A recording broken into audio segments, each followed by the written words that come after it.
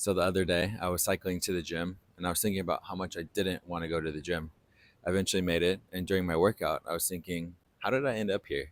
How is it that I wasn't motivated to come to the gym, yet I still ended up here and I still ended up doing this workout? I was reminded of this book that I read called Better Than Before by Gretchen Rubin, which talks about habits and habit formation. And I realized that the reason why I ended up here had a lot to do with discipline and commitment, but also just my approach to habits in general. So in this video, I'm going to talk about what Gretchen Rubin refers to as the four foundation habits. And in the process, you'll learn how focusing on these four habits can help all the other habits in your life. The first foundational habit is sleep.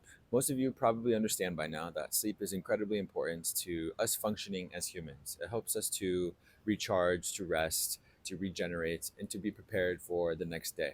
If we don't get enough sleep, then you might notice that your mood is different. You don't have as strong of willpower or discipline. You're not operating in the best way that you can.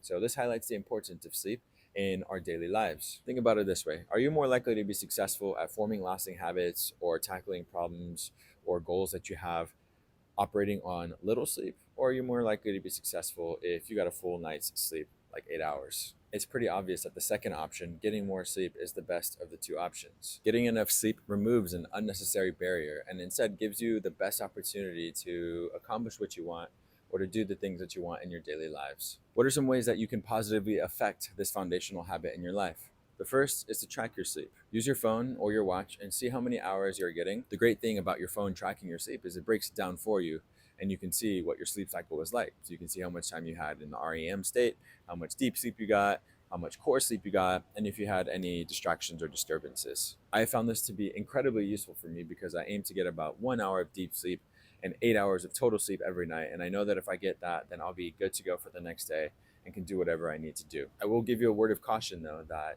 if there is a time where I don't get enough sleep, then that can negatively hinder my approach to the day, where I'll feel like I'm not operating in the best capacity that I can. And don't obsess over it too much. Just make sure that you are getting enough.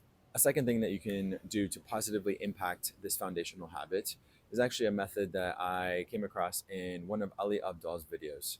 He talks about the 3-2-1 method. The 3-2-1 method is a great way to help you wind down and ensure you get the best sleep possible. So 3 hours before bed, stop eating.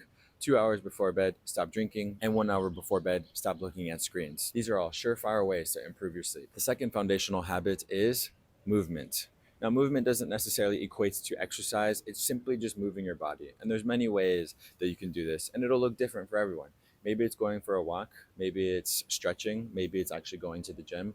Whatever the case might be, just make sure that you're moving. I encourage you to pay attention to the days where you don't move as much versus the days where you do. How's your mood? How do you feel overall? How are your interactions with other people? And how does simply moving affect the other things that you're doing in your life? I can promise you that you'll see a stark contrast between the days that you do move and the days where you're a little bit more sedentary. Personally, I feel best when I'm using my body. I don't like the feeling when I've been sitting for too long or if I've been just inactive and I start to feel a little bit achy in my body. I love the feeling of my body being tired, of my body being sore, because those are signs that I've been using it. Remember that our bodies are incredible temples and they are capable of lots of different things. So, what are some ways that you can positively impact this foundational habit?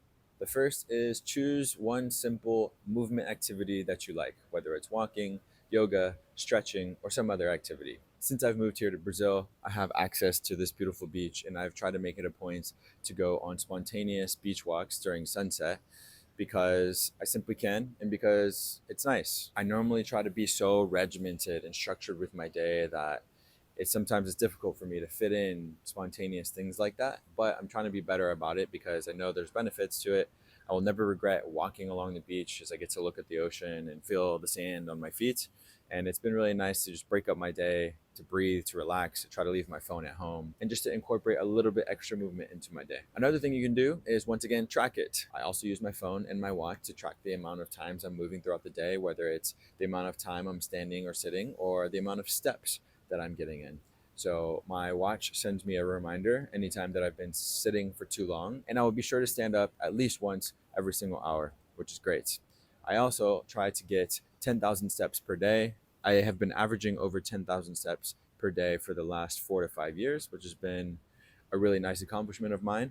But looking at that and tracking my movement helps to ensure that I am moving enough and that it's balancing out everything else in my life. The third foundational habit is Eat and drink right. This goes without saying, but what you put into your body matters. Now, this isn't about perfecting a diet or being super controlling about what you're putting inside your body, but rather it's about mindfulness. What are the things that you're putting in your body and how are they affecting your body? Obviously, if you're eating lots of junk food or you're eating a lot of processed sugar, that is going to greatly affect your mood. It's going to affect your productivity. Maybe it's going to affect your clarity. It is going to affect you in ways that are not ideal. If you're focusing on putting clean foods and clean drinks in your body, then that's only going to serve to help you in the long run. It's highly important that we think about these things and we be intentional, because as we go about our days and we're busy, we might just be eating whatever just because we need to feed ourselves. But if we're not truly conscious and aware of what we're putting inside of our bodies, then that could serve to be something that's detrimental over time. So, what are some ways that you can positively impact this foundational habit? One suggestion is to talk to family and friends. Ask them what their diets are like. Ask them what kinds of things they put in their body. Do some research, have some conversations, and then experiment with the things that you would like to eat. Look at the labels, determine what the ingredients are, and if they will serve you. Another idea is to visualize what it is that you're actually putting into your body. So, for example, I tend to have a sweet tooth, I'll be honest about that, but I know how bad processed sugar is for me. And so then I began looking at, what does 10 grams of sugar look like? Okay, I want to eat these gummy bears, but what does 50 grams of sugar look like? It shocked me, and I realized there's absolutely no way that I could put that in my body. So it was kind of just showing myself, teaching myself that this is a ridiculous amount of one thing to put in my body, especially if it's not good for me. Why would I do this anyways? It's like those ads or those pictures you see on cigarette packets, those pictures of black lungs or people with holes in their necks, things that are less than ideal and not pleasing. That serves to discourage you from doing this thing because it's not good for you at the end of the day. The fourth and final foundational habit is unclutter. This is a personal favorite of mine because I have seen the true power of it in my own life. Now, the idea behind unclutter is just making sure that the space you spend time in is clear and it's clean and it's organized. The reason why this is so powerful and the reason why I love this one so much is because I know that if I come home to a clean house and everything is where it should be, then I can focus on other things. I like to refer to this as freeing up cognitive load. I don't have to worry about cleaning or putting things in their place because they're already there. I can focus on things that actually matter. Let's not twist this one though. This doesn't mean that you have to be constantly cleaning. One thing that helps me is to declutter in small chunks. So if I'm constantly doing it in small chunks rather than in long spurts, then I can make sure that I'm always on top of the clutter. This could also refer to your digital space. If all of your files and your documents are out of order, you have no idea where anything is. Imagine the stress that brings. I know that when I show up to work and all of my files are in order and they're organized by week and they're color coded, that I don't have to waste time finding anything and that everything's in order and I can focus on my task, my job. One way that you can positively impact this foundational habit is just to set some time off, and maybe in the middle of the day when you first wake up or on the weekends, where that's time for always decluttering.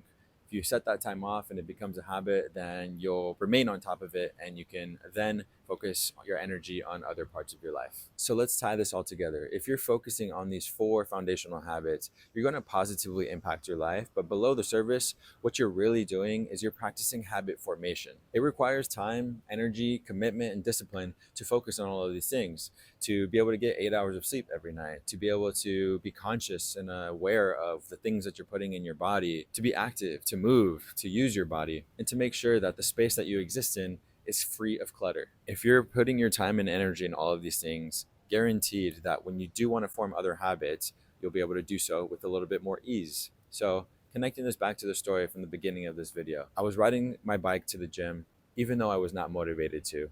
But the reason why it was so easy for me to do it, and I was almost on autopilot as I was doing it, is because I focus on these four foundational habits in my life every single day. Movement is an incredibly important part of my life. And if I'm not moving enough, then I'm not going to feel good. And if I'm not going to feel good, it's going to affect how I interact with other people. It's going to affect the decisions that I'm making.